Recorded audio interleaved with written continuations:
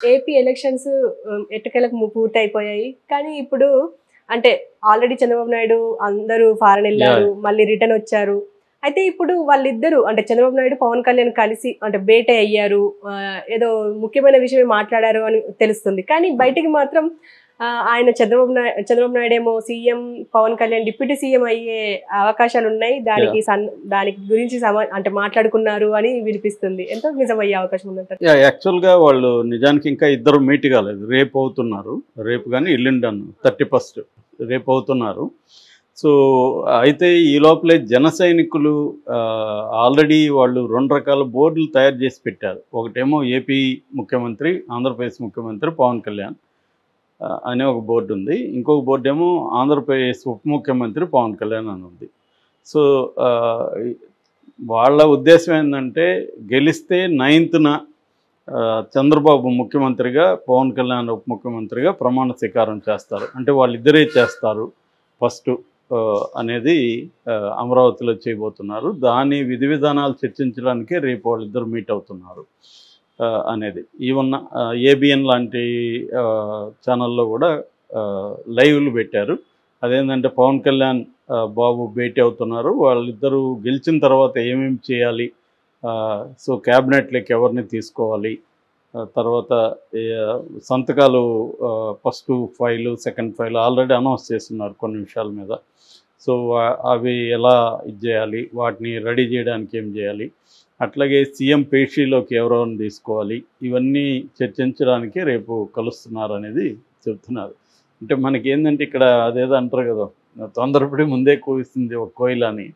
అలాగే ఇటు వైసీపీ వాళ్ళేమో మెనూలు రిలీజ్ చేస్తున్నారు. వాళ్ళేమో వైజాగ్ నుంచి ఒక మెనూ కూడా రిలీజ్ చేశారు. అంటే బ్రేక్ఫాస్ట్లో ఏముంటుంది, లంచ్కి ఏముంటుంది, ఇవన్నీ డీటెయిల్ మెనూ వచ్చింది. వీళ్ళేమో ఇక్కడ డిప్యూటీ సీఎం ఎవరు, సీఎం ఎవరు, పేషీలో ఎవరు ఉండాలి, ఇవన్నీ వీళ్ళు డిస్కస్ చేసింది. కనీసం రిజల్ట్కి 4వ తేదీ రిజల్ట్ వస్తే 9వ తేదీ అంటున్నారు. 5 రోజులు టైం ఉంటుంది. ఈ విషయాలన్నీ గెలిచిన తర్వాత డిస్కస్ చేయొచ్చు. సో కానీ వీళ్ళు ముందు నుంచే ఇది చేస్తున్నారు. ఆంధ్రప్రదేశ్కు ఉండే ఒక ప్రత్యేకత ఏంటంటే అక్కడ ఒక క్షణం కూడా బోరింగ్గా ఉండదు. ప్రతి క్షణం కూడా ఇంట్రెస్టింగ్గా క్రియేట్ చేస్తూ ఉంటారు వీళ్ళు. సో అందుకని ఇప్పుడు మనకి ఎవరిని కదిలించినా, ఎవరితో ఫోన్ మాట్లాడినా, చాట్ చేసినా ఒకటే ప్రశ్న ఏంటంటే ఎవరు గెలుస్తారు సార్? వాకింగ్ పోయినా అక్కడ కనబడిన వాళ్ళంతా అడగడమే ఎవరు గెలుస్తారు అంటే. వాళ్ళు ఏమనుకుంటారంటే మనం జర్నలిస్టులు కదా, మనకు తెలిసి ఉంటుంది ఏమో అనుకుంటారు. సో ఇది అంటే ఇంత క్యూరియాసిటీ లేవడానికి కారణం ఏంటి అంటే ఒక నువ్వా నేనా అన్న ఒక టైట్ దీంతో ఉండడమే. సో రెండోది ఒక గ్యాప్ బాగా రావడం కూడా దీనికి కారణం. మనకేంటంటే సపరేట్గా ఓన్లీ ఆంధ్రప్రదేశ్ రాష్ట్ర ఎన్నికలు జరిగినప్పుడు అసెంబ్లీకి ఇంత ఇది ఉండదు. రెండు కలవడం వల్ల ఎట్లాగో అవి 7 ఫేజుల్లో జరిగాయి కాబట్టి బాగా గ్యాప్ వచ్చేసింది. సో అది కూడా ఒక కారణము. రెండోది ఏ రాష్ట్రానికి కూడా నాకు తెలిసి ఆంధ్రప్రదేశ్కు ఉన్నంత ఉత్కంఠ, టెన్షను ఇంకే రాష్ట్రానికి ఉంది. ఎందుకంటే ఇక్కడ 2 మీడియాలు కూడా చాలా స్ట్రాంగ్గా ఉన్నాయి. సో అందుకని మీడియా కూడా రోజు దీన్ని లేపుతూ ఉన్నారు. సో ఈసారి ఓవరాల్గా చూసుకున్నప్పుడు తెలుగుదేశం క్యాంపులోనే కొంత డల్గా ఉంది. దానికి వాళ్ళు చెప్పే కారణం ఏంటంటే లాస్ట్ 2019లో కూడా ఎక్కువ హడావిడి చేసాము, ఫైనల్ ఓడిపోయినాము కాబట్టి ఈసారి సైలెంట్గా ఉందాము. సో సైలెంట్గా ఉంటే గెలుపు వస్తే అది ఇంకా బాగుంటుంది, ముందే ఎందుకు అని అనుకుంటున్నట్టు చెప్పారు. నిన్న చంద్రబాబు ఆయన ఏ దేశం పోయినాడు ఎవరికి తెలియదు, కానీ మొత్తానికి 12 రోజుల తర్వాత నిన్న దిగారు. సో దిగిన తర్వాత ఆయన్ని కొంతమంది నాయకులు కలిశారు. రఘురామకృష్ణరాజు, కొల్లి రవీంద్ర ఇట్లాంటి నాయకులు ఆయన్ని కలిశారు. కలిసినప్పుడు ఆయన ఒక స్టేట్మెంట్ ఇచ్చాడని చెప్తున్నారు. ఆయనైతే మీడియాతో మాట్లాడలేదు, వాళ్ళు వచ్చి బయట చెప్పారు. అదేంటంటే మనమే గెలుస్తున్నాం, మనం గవర్నమెంట్ ఫామ్ చేస్తున్నాం, 35 కూడా రావు వైసీపీకి అనేది చంద్రబాబు అంచనాగా చెప్తున్నారు. జగన్ ఏమో వెళ్ళేటప్పుడు 151 దాటేస్తాము, బ్రేక్ చేయబోతున్నాం, మొత్తం దేశం మన వైపు చూస్తుంది అని జగన్ స్టేట్మెంట్ ఇచ్చి వెళ్ళాడు. నిన్న కూడా సజ్జలు కూడా మాట్లాడుతూ గవర్నమెంట్ మనమే ఫామ్ చేస్తున్నామని వాళ్ళు చెప్పారు. ఆయన ప్రశాంత్ కిషోర్ చెప్పినట్టుగా ఏ పార్టీ కూడా వాళ్ళు ఓడిపోదామని 100% తెలిసినా కూడా మనమే ఫామ్ చేస్తున్నాం అని చెప్తారు. ఈవెన్ కౌంటింగ్ అప్పుడు కూడా ఆ, ఇప్పుడుగా చూడండి ఇంకా నెక్స్ట్ రౌండ్లు వస్తున్నాయి, లేకపోతే ఆ జిల్లాలు చూడండి, ఈ జిల్లాలు చూడండి చెప్తూనే ఉంటారు వాళ్ళు. చివరి వరకు దింపుడు కల్లం ఆశలాగా వాళ్ళు అది కంటిన్యూ చేస్తూనే ఉంటారు. ఇది మామూలుగా రాజకీయ పార్టీలు అన్నీ కూడా, అంటే ప్రజలు నమ్ముతారా లేదన్నా కూడా మనం చెప్పాల్సింది చెప్పుదాము అనేది అందరికీ ఉంటుంది. అయితే ఓవరాల్గా ఒకవేళ గెలిస్తే పవన్ కళ్యాణ్ రోల్ ఏముండొచ్చు, లోకేష్ రోల్ ఏముండొచ్చు, ఇవి కూడా ఇప్పుడు స్పెక్యులేషన్ ఉంది. ఇటుపక్క అటుపక్క ఎక్కువ లేదు ఆ విషయంలో. ఎందుకంటే జగన్ ఎవరిని అనుకుంటే వాళ్ళే ఉంటారు అక్కడ. ఎందుకంటే జగన్కి అబ్సల్యూట్ పవర్ ఉంటుంది అక్కడ.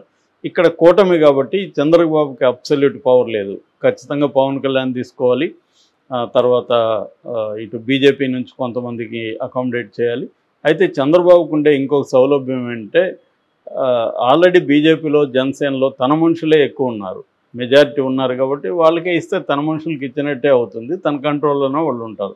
ఇది ముందే చంద్రబాబు ప్లాన్ చేసుకొని అలాగా ఇచ్చాడు. దాదాపు 21 మందిలో 12 మంది పైన తెలుగుదేశం వాళ్ళే ఉన్నారు.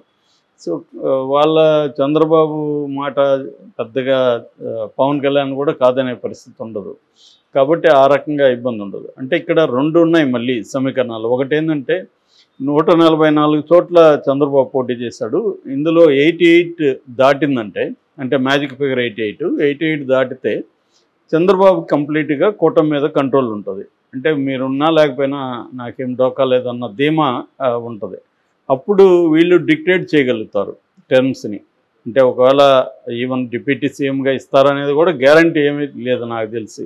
ఇప్పుడు ఈయనకి కానీ మెజార్టీ వస్తే అది మేము తర్వాత మా పాలిట్ బ్యూరో డిస్కస్ చేసి నాకు ప్రకటిస్తామని కూడా చెప్పచ్చు. ఓన్లీ చంద్రబాబు మాత్రమే సీఎంగా ప్రమాణ స్వీకారం చేసి తర్వాత క్యాబినెట్ని మేము ప్రకటిస్తామనొచ్చు.